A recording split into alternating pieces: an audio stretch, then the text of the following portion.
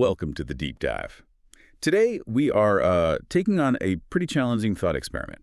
We're going to strip away all the usual moral, the ethical dimensions we connect with violence and war, and instead view them through just one lens, purely as economic ventures.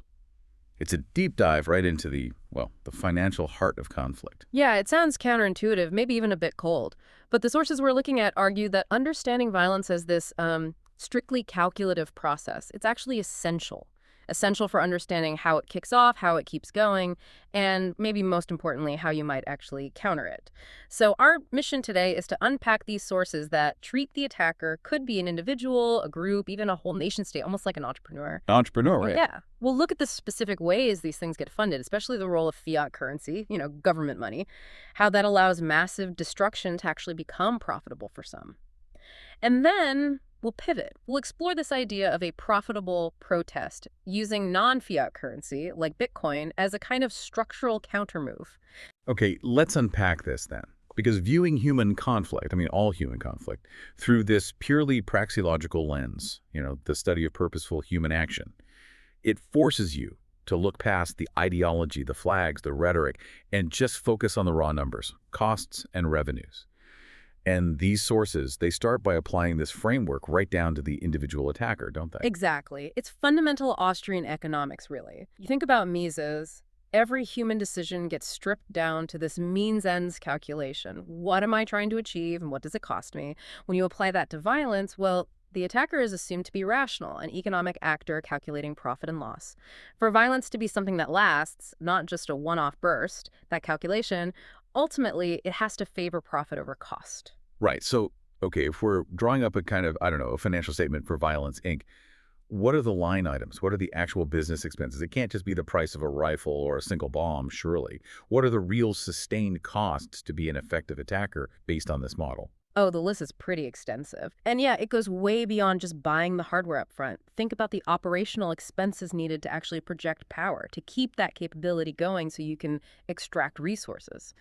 So yes, weapons acquisition is first, but then there's the long-term maintenance, keeping those systems working. Drones, vehicles, complex weapons, they break down, they need parts, fuel.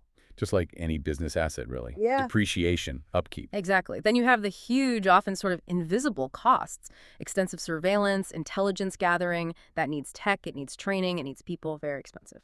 Then complex logistics, transportation moving forces, equipment, supplies, sometimes over huge distances, and just the massive day-to-day operational overhead. Fuel is a big one. Feeding your forces, ammunition, it all adds up very, very quickly. Okay, those are the costs, big ones. But if this is a business, it needs income. It has to generate revenue somehow. Yeah. So what's the income stream here? What's the loot that makes this whole violent enterprise potentially viable? The revenue is simply the material gain. It's the resources you take, the territory you control, the goods you steal, maybe ransoms you extract, even intellectual property sometimes, the calculation. It's brutal, really, in its simplicity. Does the stuff you gain, the anticipated revenue, does it consistently outweigh the massive material and operational costs of the whole operation? But I have to push back a bit here. What about cases where the motivation isn't obviously material gain? Think about ideologically driven groups or religious extremists where maybe the attacker seems indifferent to financial cost or even welcomes martyrdom. Does this cold praxeological model still hold up when people seem driven by something other than loot? That's a really crucial question, and it's a fair challenge. The model argues, yes, it still applies, but we have to maybe broaden our definition of cost and end. If the end isn't money, but say spiritual fulfillment or establishing some kind of political utopia, the costs are still calculated. They're minimized. Costs still include the risk of getting caught, the years maybe spent training, the sheer complexity of pulling something off, even the reputational cost if the action fails or backfires. Think about it. If an operation takes 10 years of planning, tons of fuel, involves a huge risk of failure, well, that's far less profitable in this praxeological sense, less efficient, than maybe a lower cost action that has a higher chance of achieving the desired impact, even if that impact is purely ideological. Ah, okay. So profitability isn't just dollars and cents. It's about the efficiency of means to achieve the end, whatever that end might be. Minimizing cost, maximizing the chance of success. Exactly. If the costs, financial, time, risk, manpower, consistently make the desired end, whether it's material wealth or ideological victory, just too hard to reach, then the method itself, violence, becomes unsustainable. You just can't keep it up. Which brings us to that profitability hurdle you mentioned. Hmm. If the costs structurally always outweigh the potential gains, the violence, no matter the driving ideology, eventually just becomes unprofitable. It fizzles out. It can't sustain itself. Precisely. You run out of resources, money, maybe, or morale, time, people. You run out before you hit your goal. And this economic view, it then points towards what might be the most effective defense strategy. If you see violence as this economic calculation, then defense isn't just about physically stopping the attacker right now. It's about bankrupting them. So true defense becomes a kind of economic warfare. You intentionally design your systems, your society, whatever, to make attacking you maximally costly, really difficult, super drawn out for any aggressor, while at the same time making your own defense cheap, maybe distributed, easy for ordinary people to access and use. It's about leveraging asymmetric financial pain. Yes. Think about simple but really effective tools like decentralized communication networks or strong encryption for data. These things massively increase the intelligence gathering cost, the planning cost, the logistics for an attacker, but they're relatively cheap for the defenders to implement and use. That's the core idea from this part. Violence is a business, and the goal should be to architect it so it consistently fails financially. Okay, that model seems to work really well when you apply it to individuals, or maybe smaller non-state groups. Their resources are obviously limited. But now we have to scale up. We have to tackle the much bigger, much more complex challenge, the state level. Because states, well, they don't seem to operate under the same tight financial belts as a lone wolf attacker or a small militia, right? Which brings us into the whole macroeconomics of destruction. This is the absolute pivot point in the analysis. The sources really hammer this home. Wars on the massive, sustained scale we see today. They're only possible because modern states have financial tools that let them basically bypass those natural economic limits. Limits that definitely constrain conflicts in the past. Right. Let's dig into that history a bit. Okay. How did warfare work differently, financially speaking, before modern times? What role did, say, hard money like gold or silver play in keeping conflicts maybe smaller or shorter? Well, historically, if a king or an emperor or even just a local warlord couldn't pay his soldiers, and that was a real hard cost, usually involving actual gold, silver, tangible assets, his army would pretty quickly either mutiny, desert, or just dissolve into banditry to pay itself. War machines were directly tied to the budget. The treasury had real physical limits. You couldn't just wish more gold into existence. Many great conflicts in history didn't end because one side was totally annihilated militarily. They ended because one side simply couldn't make payroll anymore. The funding stopped. Which is why things like fractional reserve banking and then later pure fiat currency money, not backed by anything physical, that was the absolute game changer for state power and for war. Absolutely. Modern states completely overcame that fundamental limit. They possess the institutional power, the monopoly, to essentially print money out of thin air. Or they can effectively seize resources through inflation, quietly devaluing everyone's savings without facing immediate, direct public backlash or strict market accountability. This ability to just generate purchasing power indefinitely, to decouple the war budget from the actual productive economy, that's the financial engine enabling what some call endless wars. And this power, this ability to fund things without immediate consequence, it feeds into this really cynical, almost perverse idea we touched on. That massive destruction itself, far from being just a negative, actually guarantees huge economic activity down the line, for certain connected players anyway. It creates a guaranteed demand cycle. It's almost perpetual. Catastrophe, whether it's natural like a hurricane or man-made like a war, ensures there will be a massive need for huge reconstruction projects. It's like the ultimate, albeit horrific, form of demand creation. And you see this getting institutionalized. Think about frameworks like the UN's Build Back Better. Now, the name sounds progressive, positive, but structurally, it institutionalizes the idea that huge disasters guarantee massive, lucrative, centrally planned contracts will follow. So it sounds like the promise of future profit is actually baked into the decision-making around destruction itself. Like the destruction is just the necessary first step to unlock all that high capital reconstruction spending later on. And we see some really chillingly specific examples of this logic, this institutionalization in the source material, particularly looking at events after October 7th in Israel. The analysis points to the immediate high-level branding of the devastated Gaza perimeter area, specifically calling it Resurrection Island. Resurrection Island. Wow. That phrasing is incredibly loaded. It frames a horrific, violent loss almost instantly as an opportunity for some kind of, well, utopian future project. Precisely. And the sources detailed how this wasn't just some vague idea for years down the track. No, it was an immediate rhetorical push tied to immediate budgetary planning, all designed to secure future capital flows. The destruction itself became the necessary condition, the prerequisite for what they were already describing as, quote, futuristic, sustainable, and green development plans.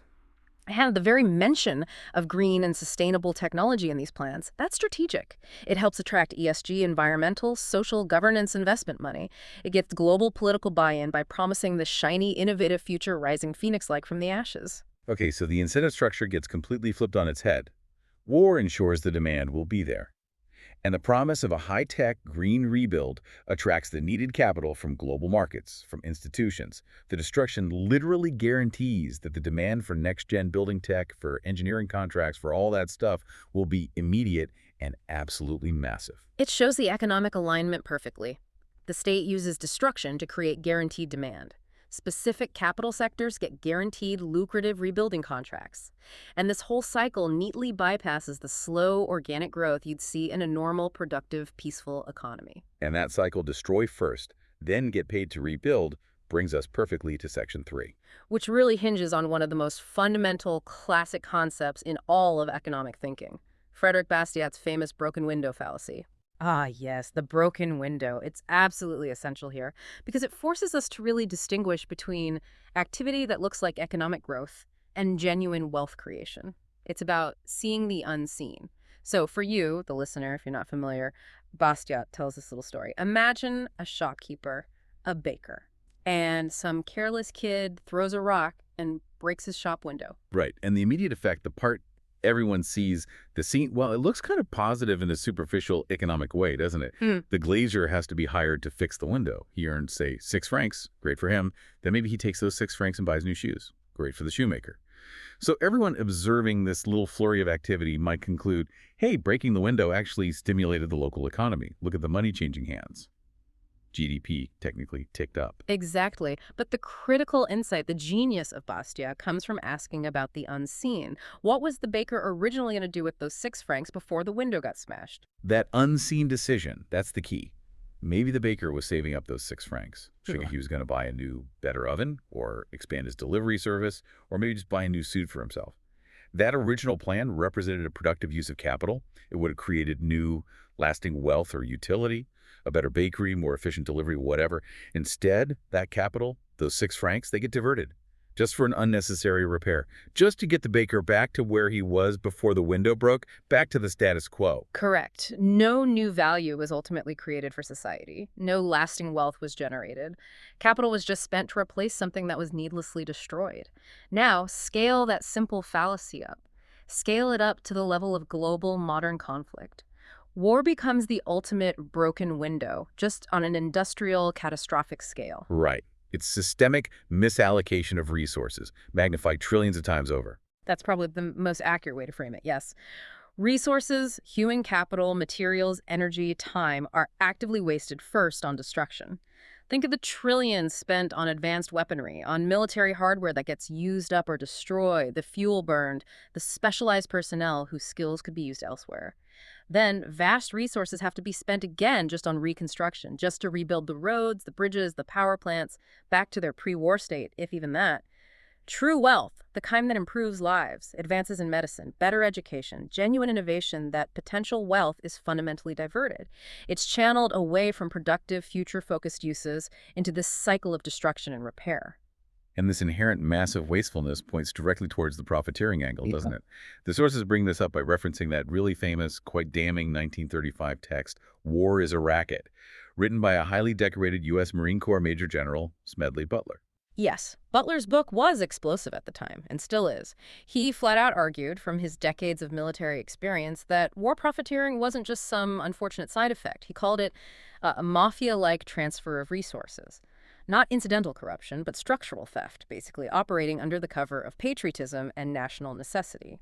Resources are systematically siphoned away from ordinary citizens, Yeah. the taxpayers, the savers, the small business owners whose productivity actually creates wealth. And they get funneled directly into the coffers of the military-industrial complex and the select few firms that land those massive reconstruction contracts afterwards. And what's fascinating here, listening to this, is the argument that this transfer isn't just like bad luck or a few bad apples. It's structurally embedded. It's built into a system that runs on fiat currency, where destruction actually guarantees future financial activity for a very select, very centralized group of players. The system itself, fundamentally, is designed to reward this massive misallocation of resources. And that brings us right to the critical mechanism, the thing that enables and sustains this entire destructive cycle. Fiat currency, government-issued money, backed by nothing tangible. Without it, the argument goes, none of this large-scale macro destruction would be financially sustainable for long. Fiat is the essential lubricant. It allows the war machine to completely detach itself from market realities, from genuine economic constraints. So when modern governments need to fund these huge, multi-year, multi-trillion-dollar conflicts, they basically rely on two main pillars of funding. Yeah. Right? One is pretty explicit, out in the open. The other is much more insidious, much quieter, and both effectively extract wealth from the population. That's right. The first pillar is direct taxation. That's the explicit confiscation of wealth from the people and businesses. Income tax, corporate tax, etc. But it's politically dangerous, isn't it? Because voters feel it directly, immediately in their paychecks or their profits. And that kind of direct accountability can lead to political instability pretty fast if taxes get too high to fund unpopular wars. So the second, and arguably far more pervasive pillar, is indirect taxation, achieved via inflation, which is the hidden consequence of the government printing new money to pay its bills, including war bills. And this is where the state's massive sort of built-in profitability really comes into sharp focus. Through a concept called seigniorage. We really need to unpack this because seigniorage is key to understanding how fiat financing works and why it's so tempting for governments. Seigniorage, yeah. It's simply the profit a government makes by issuing currency. It's the difference between the face value of the money, what it says it's worth, and the actual cost of producing it. And the sources give a great, very concrete example, printing a physical $100 bill. Right now, it costs the U.S. Treasury, the issuer, only about 17 cents to actually print that note. Paper, ink, labor. Wow, only 17 cents to create $100 of purchasing power. Exactly. That generates an immediate guaranteed profit, that's the seigniorage, of $99.83 for the issuer. Just like that, poof. Profit derived purely from the government's monopoly power to declare that piece of paper legal tender valuable. It's essentially a risk-free windfall, a tax collected just by running the printing press. That is an absolutely staggering profit margin, instantly created, just from the authority to issue currency. It's effectively, like you said, a hidden tax on the future value, the future purchasing power of every single person holding that currency. And the math gets even better for the state when we move beyond physical cash to digital money. Creating digital currency, it's just a keyboard stroke in a central bank's database. The marginal cost is virtually zero, so the seigniorage profit on digital fiat is almost 100%. This incredible ease, this overwhelming profitability of money creation, it removes that hard budget constraint that rulers in the past always faced. They don't need to risk public anger by raising direct taxes explicitly. They can just inflate the money supply instead. And this ease of creation, this fire hose of new money, it connects directly to something called the Cantillon effect, right? Which is crucial for understanding who actually benefits most when money is printed to fund wars. Can you explain how that works? Yes, the Cantillon effect is critical. It describes how newly created money doesn't just spread out evenly and instantly across the whole economy like honey on toast. That's not how it works. Instead, the new money enters the economy at specific points. It flows first to those institutions and individuals who are closest to the printing press, metaphorically speaking. So who gets it first?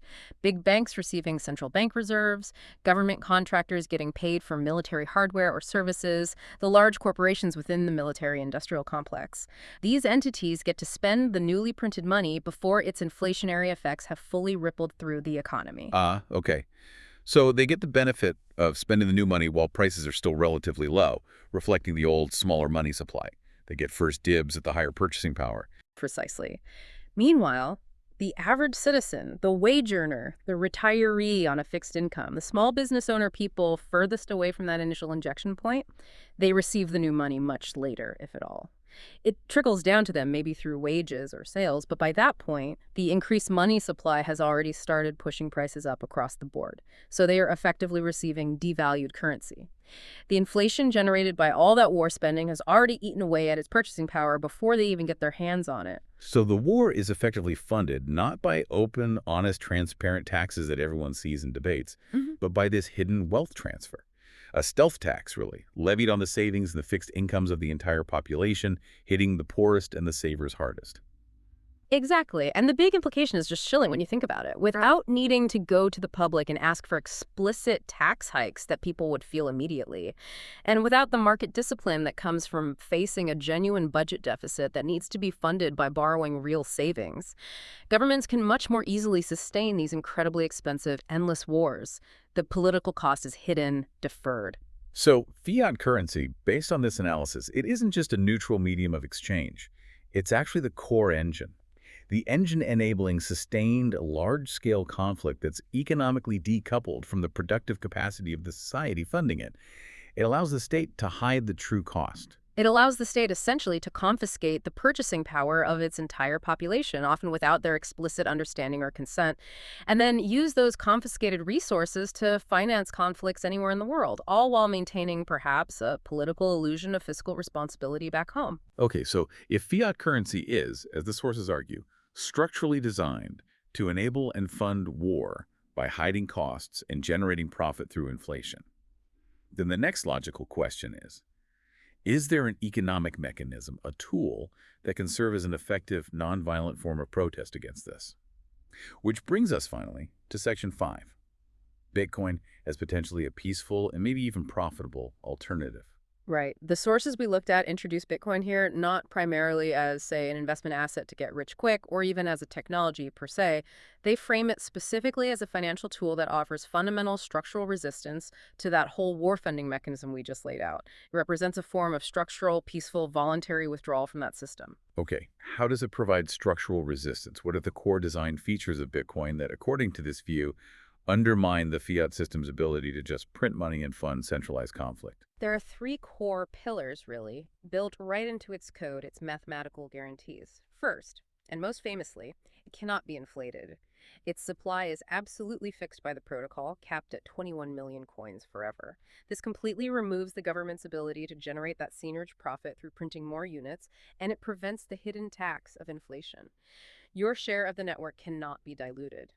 Second, when it's held correctly, meaning you control your own private keys, not leaving it on an exchange, it cannot be easily confiscated by the state. Wealth stored this way exists outside the traditional, centralized, regulated banking system that governments control. And third, Bitcoin transactions cannot be easily censored. They operate peer-to-peer, globally, largely independent of state approval, borders, or the whims of financial intermediaries who can be pressured to block payments. Okay, so the argument is if enough individuals choose to store their wealth, conduct their trade outside of the government-controlled fiat system, they are directly, structurally undermining the government's main funding mechanism for war, which is inflation and centralized control over financial flows. It's like a literal, calculated withdrawal of economic fuel from the military-industrial complex. Is that the idea? That's exactly the idea. And the source material frames this choice in incredibly stark, almost moral terms. It suggests there's not just a financial incentive, but maybe even a strategic or moral imperative to stop using fiat currency because its very creation and flow is structurally linked to funding the means that are, quote, literally used to kill people. Exactly. So the choice of what money you use becomes a deeply ethical, deeply political act. But unlike most political acts throughout history, this one is inherently nonviolent. It's just opting out. Yeah, and that contrasts so sharply with how we usually think about protest or resistance, doesn't it? When we think of pushing back against power, we often imagine high-cost, high-risk actions. Think about labor strikes, workers lose wages, boycotts, organizers might lose revenue, or, the iconic image, the lone individual standing defiantly in front of a column of tanks like in Tiananmen Square. That's an incredibly powerful, incredibly brave protest. But it's also potentially deadly, extremely high cost. And that stark contrast is precisely the philosophical shift, the really profound point being made here. Holding Bitcoin, saving in Bitcoin, is described in these sources as potentially a profitable protest. Think about that phrase. Instead of incurring huge personal risk or financial loss, which has historically been the price of dissent, saving your economic energy in something like Bitcoin aims to preserve your purchasing power. And historically, it has often grown it significantly over time. Why? Precisely because it cannot be debased by inflation the way fiat currencies inevitably are. Okay, but I have to push back just a little on that. I mean, that sounds great, maybe a bit too convenient. Isn't that just a nice sounding justification for, well, personal wealth accumulation? For hoarding an asset? Can the act of just buying and holding some digital asset truly be an effective political act? Isn't it just a tiny drop in the ocean compared to the trillions the state can print and spend? How can my individual savings possibly make a real difference against that machine? That's the common criticism, definitely. And the response in the sources argues it misses the point about structural change versus just volume or scale right now. The power isn't necessarily in the sheer amount of money being withdrawn from the fiat system today, although that is growing. The real power lies in the fundamental impossibility for the state to re-inject its primary weapon, inflation, currency debasement, into the Bitcoin network tomorrow or ever.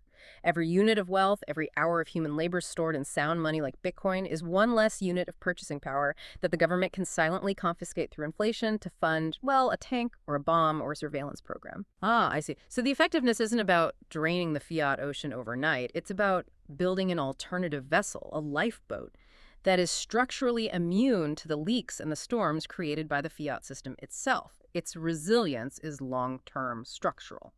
Exactly. So by prioritizing sound money, by choosing to store the fruits of your labor outside the inflation-prone system, you are, in effect, peacefully protesting the war machine.